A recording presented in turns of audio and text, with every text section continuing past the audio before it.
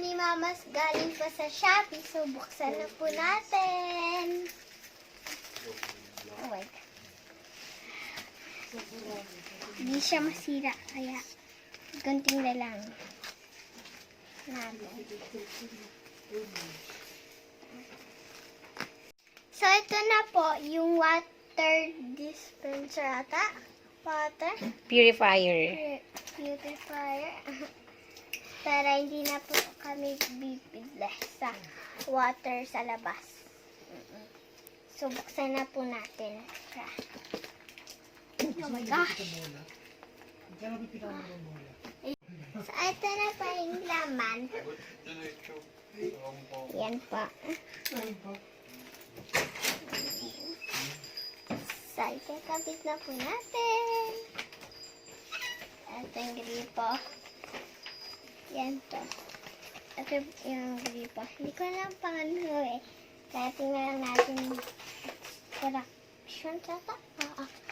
So, ito yung extraction. So, yan. Ito yung, saan yung number 1? Ito yung number 1. So, ngayon guys, kailangan muna natin palitan yung ating faucet. Ayan, yung faucet natin, papalitan natin ng ito. Ito yung ipapalit nating faucet para sa ating gagamiting bagong water filter. So, ayan.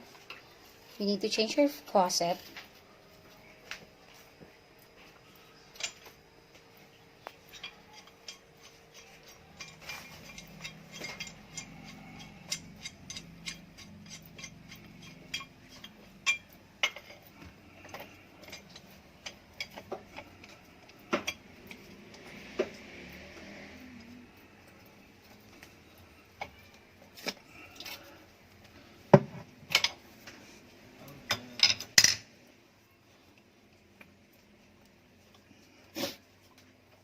Ayan, papalitan natin yung faucet. Drain lang natin yung water na lumabas. Ayan. So, palitan natin ng bago. Ito yung ating ipapalit.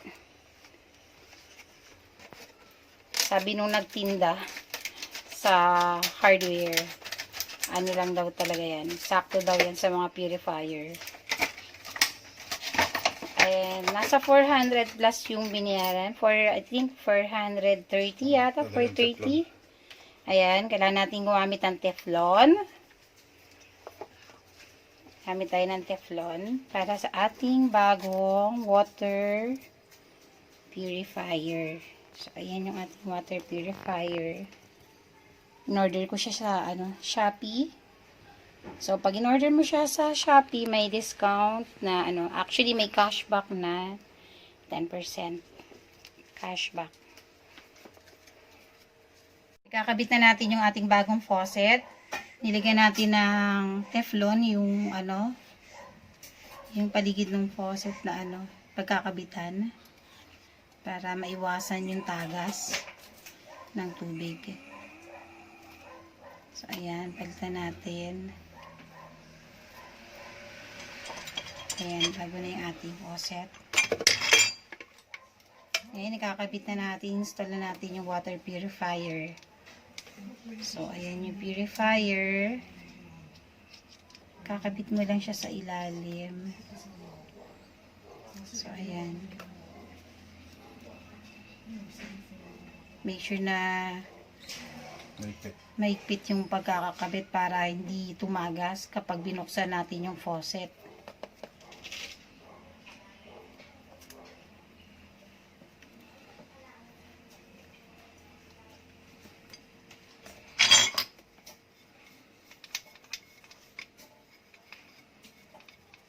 So, ayan guys.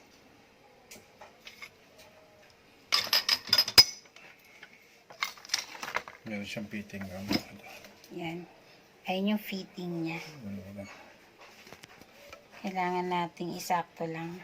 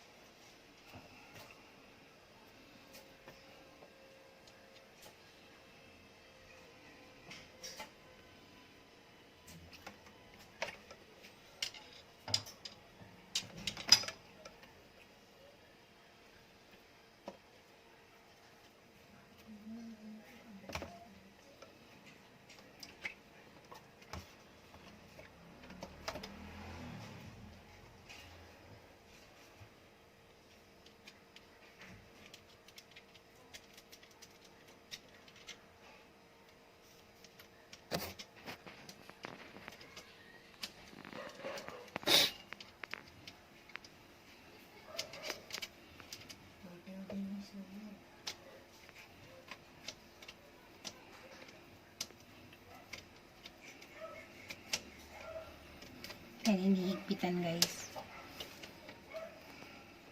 Para hindi tumagas. So yan, ipipindutin mo lang yan pataas kapag bubuksan mo yung tubig at hindi ka gagamit ng purifier. Okay, tawag na natin. Ayan, let's try it. Buksan natin. If nagwo-work nga yung ating kinabit na purifier. So let's try. So try natin guys. So let's see. Ayun. So, pag nakababa siya, this one, ito yung pinipindot. Ito yung iniikat. Ito. Pag nakababa siya, dito ang labas ng tubig.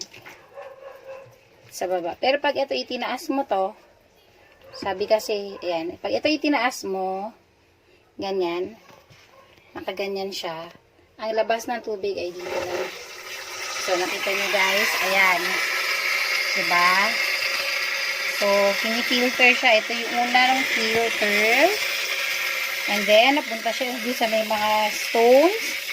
And then, dito na. Oh, bakit lang itim? My gosh! At lumabas siya. Sobrang itim. So, patilain lang natin. Ibig sabihin, ganyan kadumi ang tubig namin. Oh my gosh! That's the reason kung ba't hindi kami umiinom ng tubig dyan.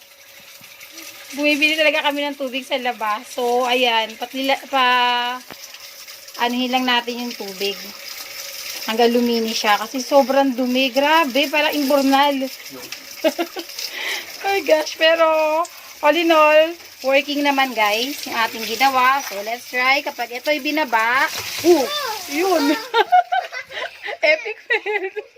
Para mag-fit. So, yan.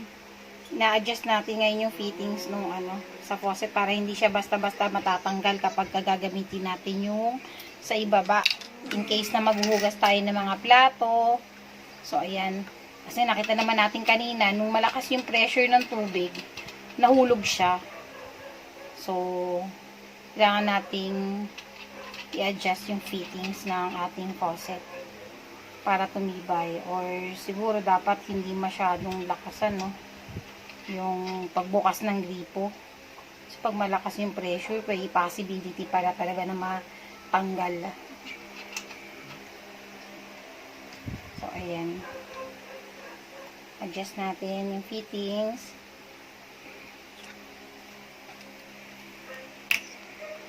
So, ayan yung fittings na para dun sa ating water purifier.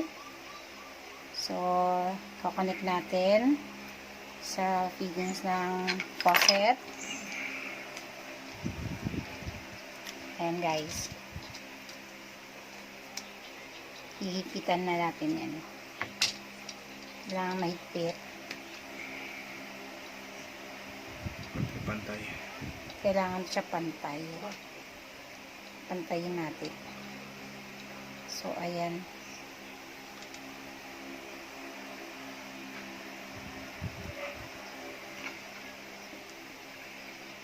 So, nakita niyo naman guys.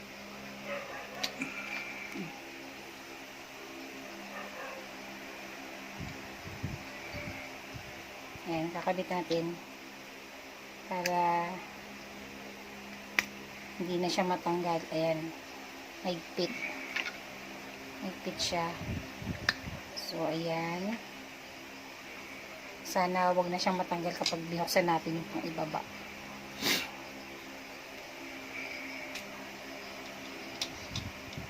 So, ayan guys. Adjust lang natin para hindi matanggal. Skipan natin.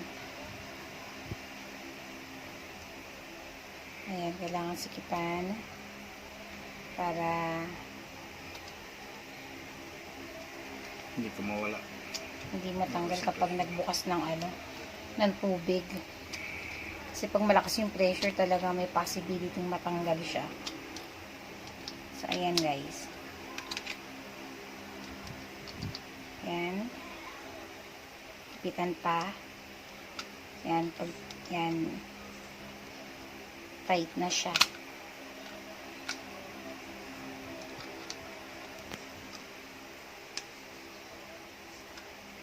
Ayan.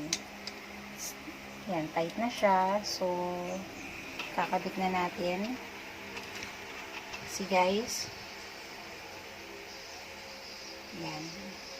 Ayan yung kasama sa pang filter. So, kakabit naman natin. Ako, sobrang baba niya guys. Parang mahihirapan ako maghugas ng plato. Ang baba na niya guys. See guys. Pag ang hugasan natin, kaldero, may possibility ng tatama na siya sa faucet. Kasi mababa na siya. Pero, ayan, nag-work naman yung ating filtration. Ayan, ang ating pre-filtration process. So, kita naman natin. Nag-filter naman siya ng maayos.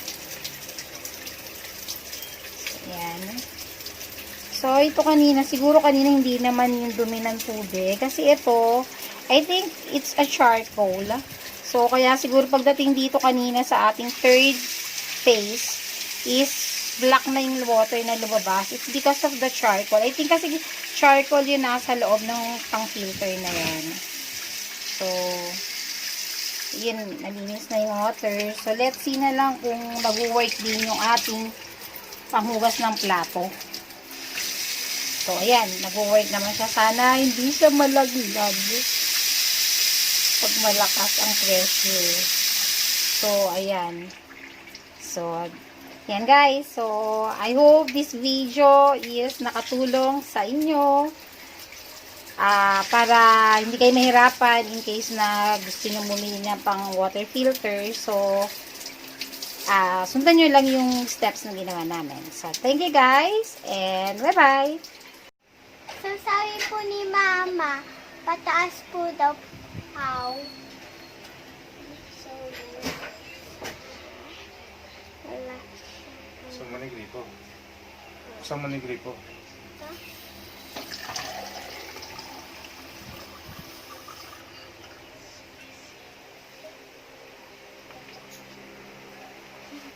Sa baba.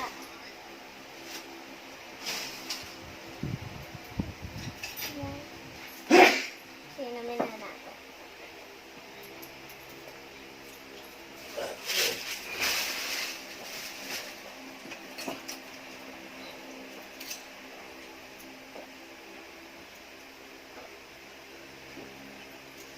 Pero dati din naman eh. So don't forget again guys. Hi.